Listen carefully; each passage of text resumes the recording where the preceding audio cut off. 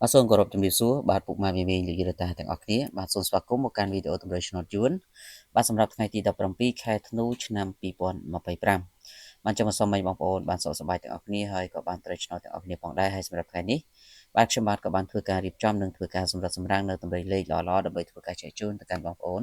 ទាំងអស់គ្នាសម្រាប់កំសាន្តនិងដើម្បីយកទៅធ្វើការផ្សងសំណាងจากបងប្អូនកុំភ្លេចជួយចុច follow page ចុច like ចុច share ទាំងអស់គ្នាបាទដើម្បីទទួលបាននូវលាភសំណាងត្រូវឆ្នោតទាំងអស់គ្នាផងដែរបាទអញ្ចឹងយើងចូលទៅកាន់តម្រុយរបស់យើងសម្រាប់ម៉ោង10កន្លះពេលព្រឹកសម្រាប់ឆ្នោតយន្តថ្មីបាទចំពោះខ្ទង់អូសគឺបងប្អូនទាំងអស់គ្នាបាទសូមធ្វើការអូសខ្ទង់7និងខ្ទង់9បាទសម្រាប់ខ្ទង់7នេះគឺយើងធ្វើការបូក7គាត់71បាទត្រេ A B C D ហើយចំណែកខ្ទង់9គឺយើងយកការគាត់9ដូចគ្នាបាទសម្រាប់ធ្វើការលេងបាទសម្រាប់ម៉ោង10កន្លះហើយសម្រាប់ម៉ោង1កន្លះបងប្អូនលោកយាយរតាដែលចង់បានលេខពិសេស VIP បាទគឺយើងមានលេខបុកប៉ុសបាទសម្រាប់បងប្អូនដែលចង់បានបងប្អូនអាចធ្វើការឆាតចូល page បានគឺខ្ញុំបាទមានលេខតូច2គ្រាប់ឲ្យលេងពីប៉ុសសេវាត្រឹមតែ80000រៀលទេបាទហើយបញ្ជាក់មួយទៀតគឺឆ្នោតចិញ្ចឹមឲ្យទៅយកសេវាតាមក្រោយមិនតម្រូវឲ្យបងប្អូនធ្វើការបងលុយបងកាក់មុនទេ